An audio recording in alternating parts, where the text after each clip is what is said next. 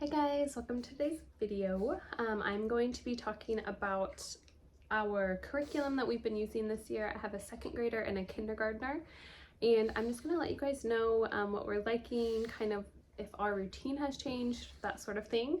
I've got my Star Wars cup because we've been dreaming of Disneyland lately.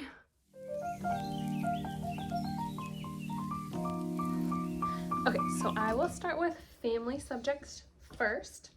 I'll go ahead and jump right in. Around the World with picture books. So if you watched our videos of what we're using, I was combining Bookshark and Around the World. Just a reminder, we are a Christian family, but we get charter funds, so that's why I went with Bookshark. Anyway, currently we are taking a break from the Bookshark side because we are doing some of the Asian countries that aren't included in here, but when we get back, we'll end with China and then we'll combine them again. I have enjoyed using both of them simultaneously. I think it's given my second grader a little bit more depth, whereas this, I could have used this for more depth as far as, we do get books from the library for it and things like that, but I do think it's more like kindergarten, first grade. But I have heard a lot of people use it for even older, like third and fourth. I'm just not exactly sure how to do that, I guess. But so this has a couple of cores and then extra read alouds that have gone along with it. Anyway, we're loving these. We are currently doing Japan. I've been updating with photos and stuff on my Instagram, like foods that we've been making and things like that. So this is really fun. Okay, and then the last thing with history is I did add this book, which I was wanting. This is from the Sonlight package of the same, Around the World with Kate and Mac. And it goes through and it talks about these different languages and countries that don't have the Bible translated in their language yet. And so there's like Japanese Sign Language. So we were able to, these are what the pages look like. We were able to talk about that with our Japan study, and I really liked adding this book, even though it didn't come with the Bookshark side. It was a little bit of being able to add the Bible into it. And then our other group subject is Noeo's physics, and this has also been going really well. We took a break from both of these for all of December. I did extra lessons like this. I did a whole week each day, 1 week last week of November, so then we could skip it in December, and that was nice. Now it feels like new and fun and refreshing again.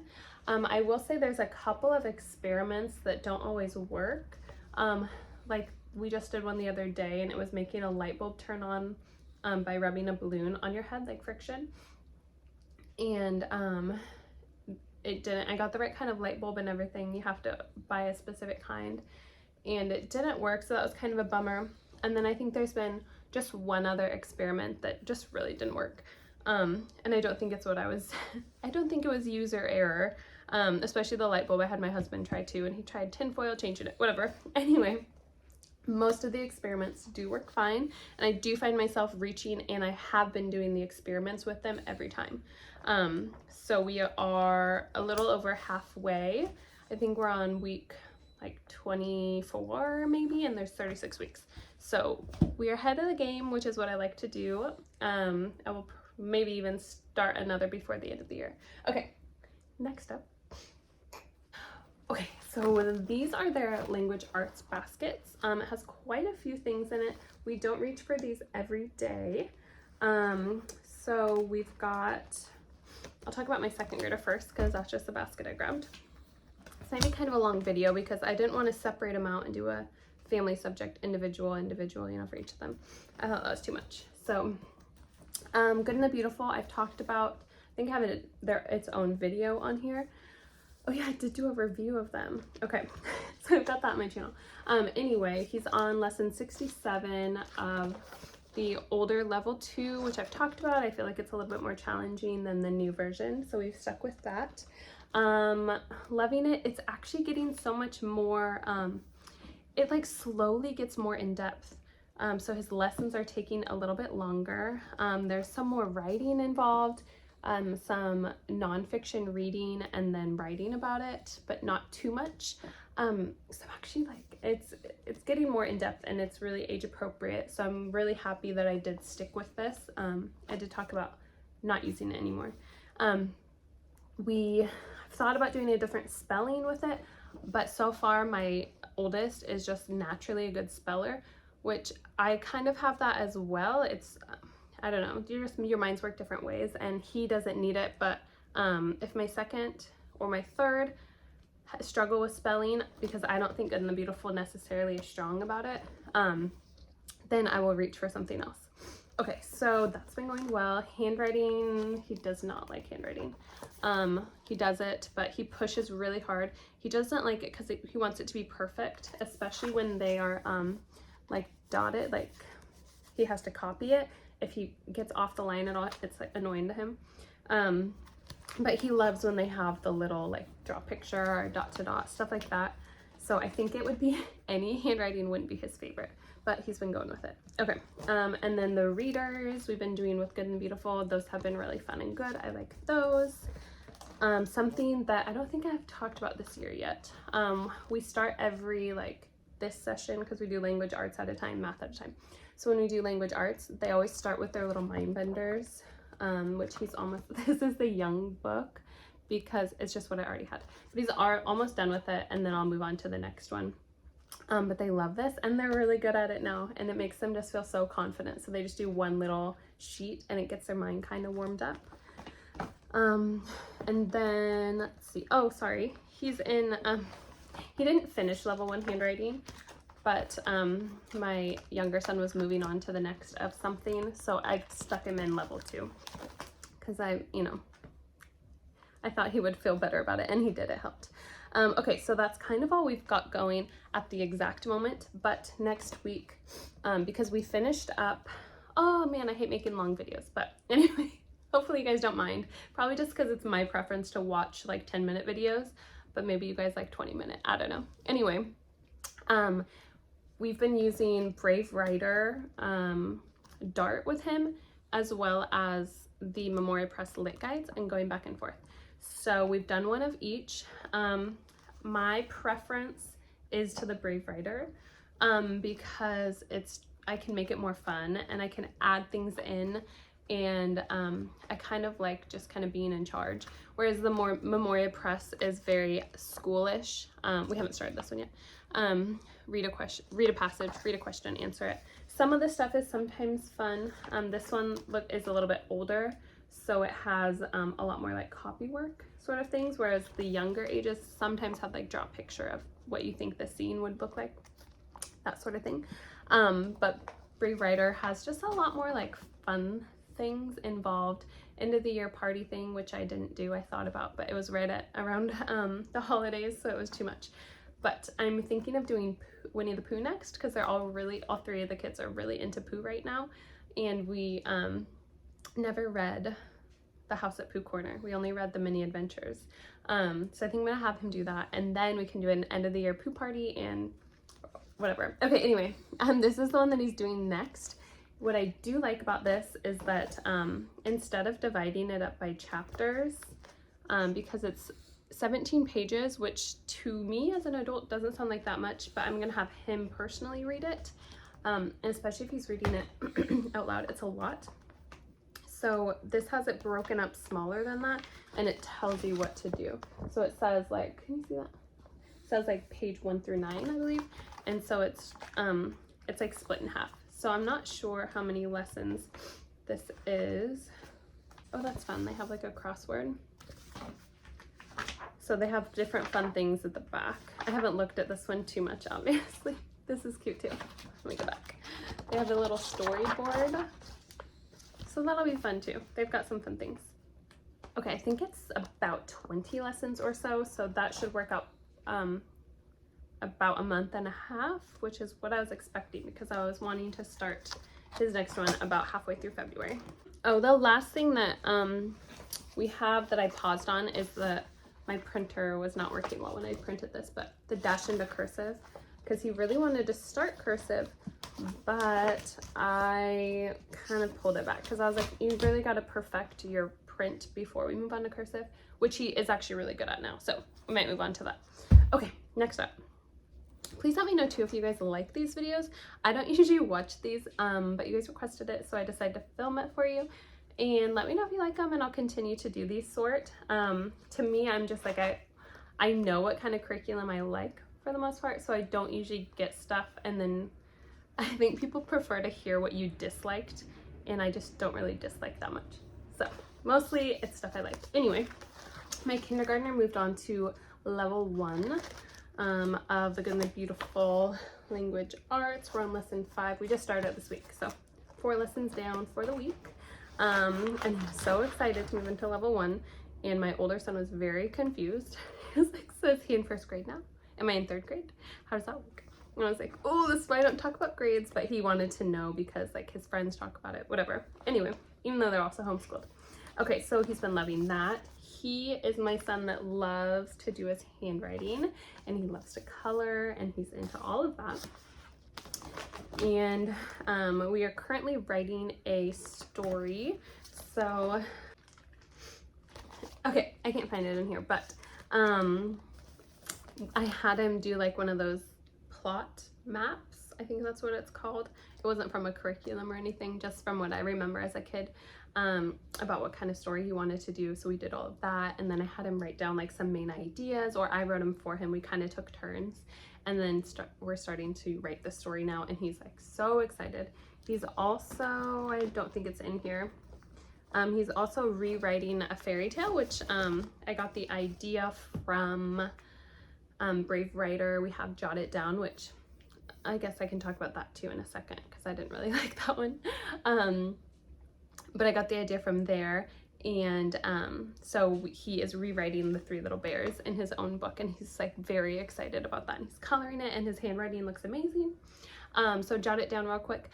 I just didn't really feel like it was very good ideas, or like, that sounds mean. Okay, I felt like the ideas were kind of like obvious. Like it was like, go to the museum and talk about the artist.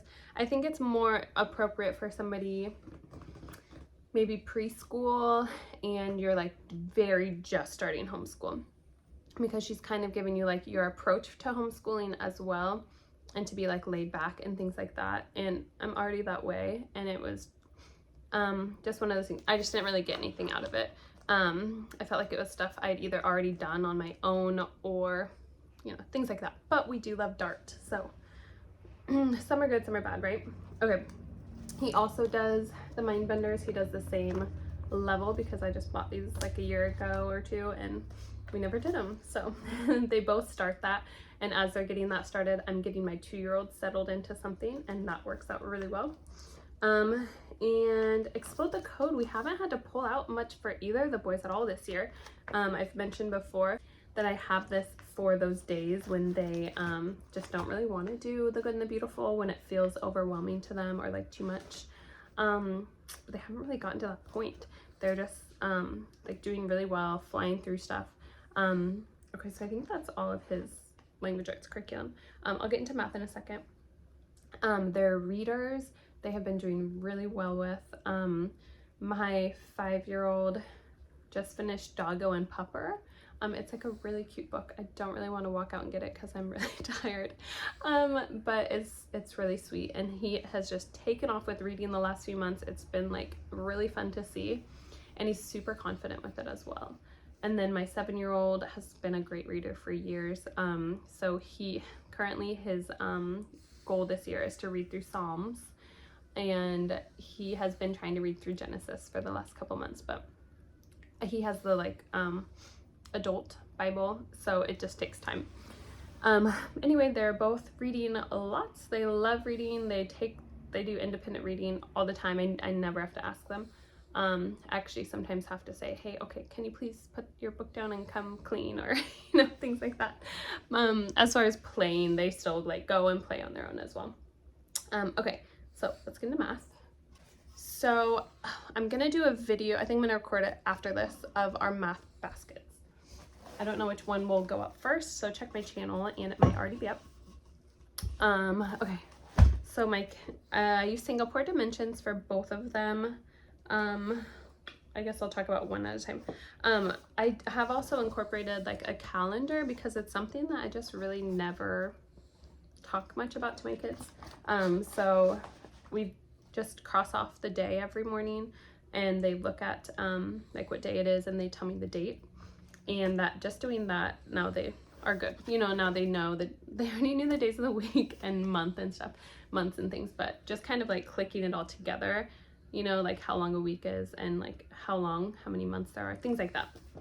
Okay, so he's in KB. He is almost done, I believe. Okay, he's about it's hard to see. He's like 2/3 of the way done. So he should finish this up in February. It's going well. This is what I did with my second grader as well. It's kind of one of those things where you don't really feel like they're learning much because it's mastery. So they're just doing the same thing for so long, and you're like, are they ever going to learn how to tell time? Are they going to learn these things? And they do. It's just kind of, it's really setting the foundation, and that's what I like Singapore for, is just really getting that foundation set. So I don't really have much to say about math because I'm not even going to pull this down, but I really like it, or I guess I will because I'll talk about what. Okay, so he is doing like adding and subtracting 3-digit numbers right now, and I just threw like a little whiteboard in there with a dry erase pen, which is a very like common thing. I'm sure you guys like all use that already, but it made it really fun. And I even asked him one day, I was like, you could do it on a paper too if you prefer, and he was like, no, the dry erase board makes it really fun. And I was like, okay, good, because that's what I was going for. So yes, I will do a video on these manipulative baskets because they've made my life so much easier. I'll just give you guys like a little peek. They're each have different things and then based on their level. And he's also got the calendar in there, and doing well with math. This is like the first time where he's learned a new math concept and not gotten too frustrated with it. And I think that's because I slowed it down with him at one point because he was getting too frustrated with it and feeling like he just could not learn it. I think this was when we were adding and subtracting like within 20, something like that. I can't remember exactly what the time period was. But I slowed down. We actually stopped math for a while and just did like games and things. And now that he his mind kind of caught up, and now it's easier to him. And technically, and then I caught back up because we were like behind. So we did I don't know, just the way we did it. It's not like I did extra lessons each day. Sometimes I school in summer, but now he is in 2A, which is on track with his grade, and he's halfway through the book. So he might be a little, I don't know, I counted off the lessons, and he's set to finish like the first week of June with our breaks as well. So not that that's important, but it kind of is to me. I like them to be ahead because then I feel like not as stressed. If they're like behind, then I feel like I need to catch up all the time. But if they're ahead, and then I just do the lessons more easily because I'm not stressed over it. Does that make sense? Like if I associate stress with it, I don't want to do it as much. Okay, and then the last thing I didn't talk about is our morning basket, but I did talk about that in my update video that I have already posted. Basically we've been using Wonderful, and it's been wonderful, and I've been liking it. I do wish that it had, I guess that would be too long. Sometimes it's hard for me to have Wonderful and my Bible and have 2 books that I have to pull out rather than just one. So if it had the passage in there, it would be easier, but then it would be too long of a book. And then like our read alouds, we're doing a word of the day, which I show inside of that book in that video as well. And that's kind of my way to like add a little bit more vocabulary. I'm thinking of adding Wordly Wise in, but I'll probably wait till next year because I want them to both do like the same thing. And I don't want my kindergartner to start it. Since he can read pretty well now, I think that next year he'll be really successful with it. But yeah, I think that that's it. I am planning on buying my, for those of you that are still here because it's at 21 minutes, maybe 19 after I edit some stuff out. But I am planning on buying my curriculum kind of early this year, or at least some of it. So I will probably have a new curriculum video out, and not too far from now. But if you are still watching, you're the best and I really appreciate it. And you're probably already a subscriber, but if you're not, please subscribe. I have a lot of fun making videos and it's just like really cool to see how, you know, people actually think they're helpful sometimes. So I'm gonna film a few more and try and get them up for you guys and hopefully feel better soon because this has been going on for a while. It's like each kid got sick. Okay, rambling now. Okay, thanks again, you guys. Have a good day.